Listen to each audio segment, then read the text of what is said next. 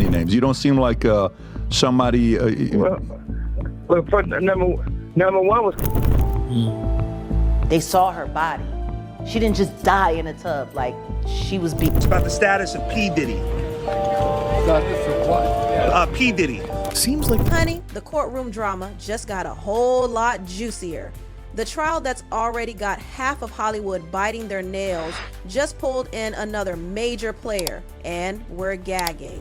Clive freaking Davis. Yes, you heard that right. The same Clive Davis who practically built the music industry as we know it is now tangled up in the most chaotic celebrity legal circus of the decade. And let's be real, no one saw this coming. 2 decades worth of criminality by Clive Davis, and that guy has not spent one night in jail.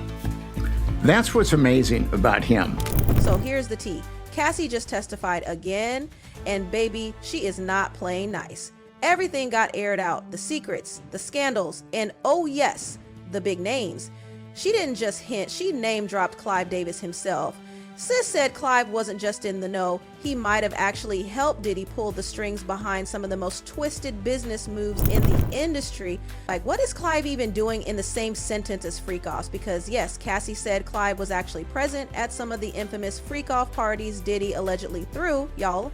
This isn't just some behind-the-scenes executive drama.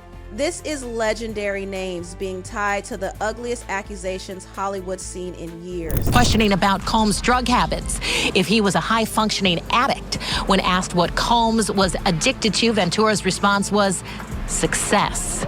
And it gets even shadier. Clive and Diddy, they've been tight, real tight. Their bond goes back decades. When Diddy was just a 23-year-old nobody hungry for fame and fortune, Clive was the one who handed him the golden keys. He was the mentor, the industry godfather, and rumor has it, Clive did way more than just mentor the boy. He allegedly protected Diddy from scandals when his empire was still a baby, shielding him, covering for him, pulling every string behind every velvet curtain to make sure Diddy stayed spotless. Diddy and Clive Davis, have they ever had anything past business? But now, that same mentor is getting dragged through the same mud, and fans everywhere are whispering the same question. Was Clive Davis just a wise old mentor, or was he in on it all along? The man is music royalty, like literal icon status. But suddenly the internet is side-eyeing him hard. People are connecting dots, saying he was always the party king before Diddy ever was. So maybe, just maybe, Clive taught Diddy more than how to sign artists. Maybe he created a mini-me. Let's not forget Clive's parties have always been the stuff of legend, but they've also always been surrounded by a cloud of mystery. For years, there's been chatter about what really goes down at his annual bashes.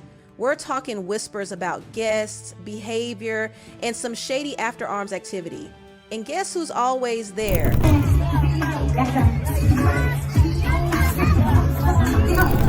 Front and center, Diddy. Even when the heat was on him, when essay claims were already starting to pop up, Clive allegedly still had him on the VIP list. Like, what kind of message does that send? Now here's the gag. Someone with eyes like a hawk spotted something very telling in the 2024 party invites. Back in 2023, Diddy was front and center, flashy, all eyes on him. But in 2024, he was in the background, practically invisible, peeking out behind Jay-Z and Beyonce like a forgotten cousin. Was that a soft cancellation, or was Clive trying to play it safe? And if you thought that was messy, hold on to your wigs. Remember Whitney Houston's tragic death? Well, guess what? She died in a hotel room, at the same hotel where Clive Davis and Diddy were throwing a pre-Grammy party. That was complete insanity.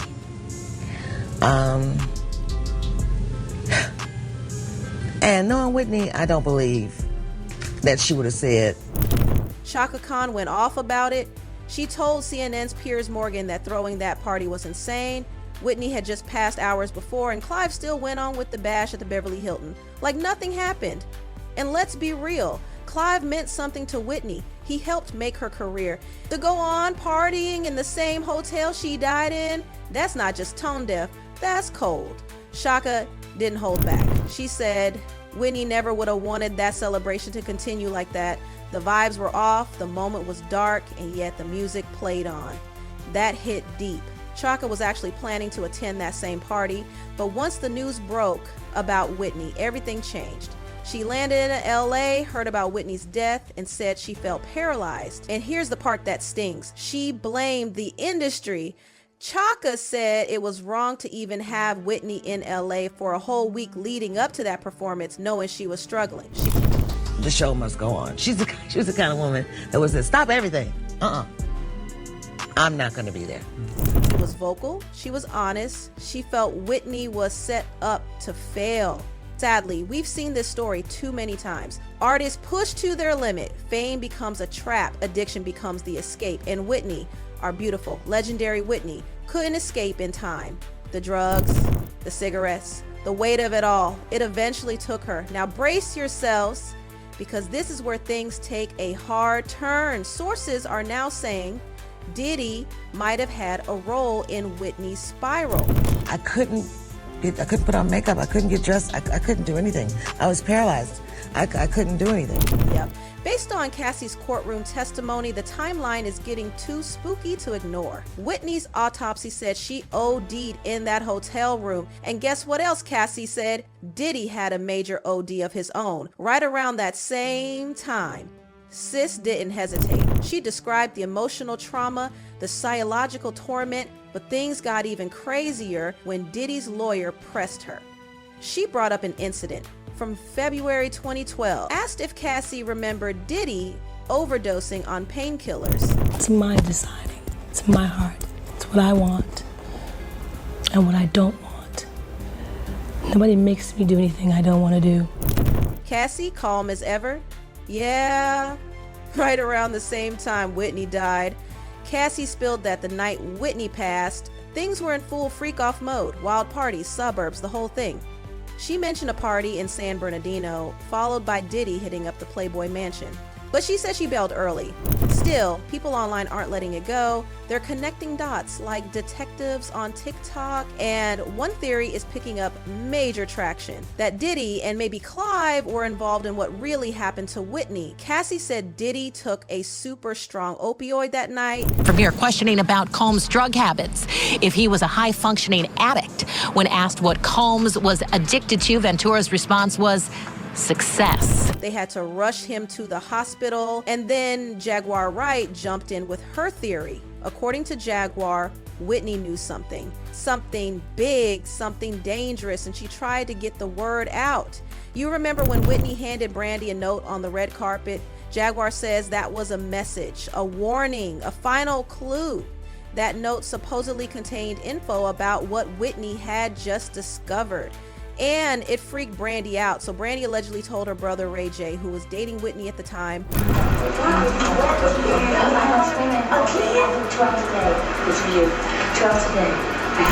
what the note said. Then Ray J ran and told Diddy. Jaguar claims Diddy didn't waste a second. He took that intel straight to Clive Davis and then told Ray J to go back to Whitney's hotel room to make her comfortable. But here's where it gets terrifying. Jaguar says once Whitney was chilled out, Diddy himself went in and did the job. Jaguar flat out says she believes it was Diddy who walked into that room and ended it.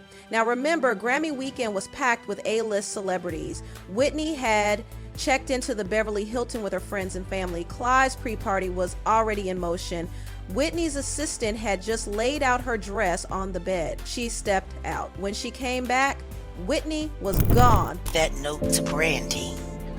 Brandy read the note, got scared, and went back and told her brother Ray J. Face down, bathtub, water, gone.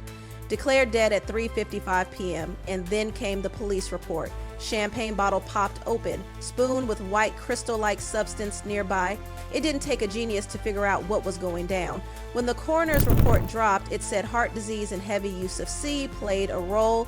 But baby, this ain't just about Whitney, because what Diddy's facing in court right now, it's eerily similar. The lawsuits are packed with claims that Diddy wasn't just using, he was pushing. That note to Brandy. Brandy read the note, got scared, and went back and told her brother Ray J. Pushing those same substances onto other rappers, using his power to manipulate, threaten, and trap them into partying with him, even if it meant getting them hooked. And suddenly everything surrounding Whitney's death feels a lot more sinister. Now, let's talk about something the lawsuit revealed that made everyone's jaws drop. Apparently, Diddy had a thing for a particular substance, nicknamed Pink or 2CB, sometimes called 2CI. This ain't your everyday party pill. It's a dangerous blend. Good morning, George. It happened here at 3:43 yesterday afternoon when a member of Houston's entourage located her body inside this hotel. So far, police and the coroner are refusing to. Technically classified as phenylethylamine 2CB, it combines the effects of ecstasy and high dose, which means it's intense and highly addictive. And Diddy allegedly loved it. He didn't just use it, he allegedly pushed it on others at parties, during meetings, wherever. And yes, he allegedly made sure his inner circle had access to it too. Now, let's circle back to Clive, because if Clive and Diddy have been tight for years, and we're talking tight at the hip type of bond, then it makes you wonder, did they share the same goals, the same habits, the same agenda? People are now whispering that maybe, just maybe, Clive and Diddy teamed up when it came to Whitney. The theory goes like this: at one of their legendary parties, Whitney was allegedly set up. Describing how Combs allegedly used lies, drugs, threats, and violence to threaten and coerce women to have sex with him in front of male escorts.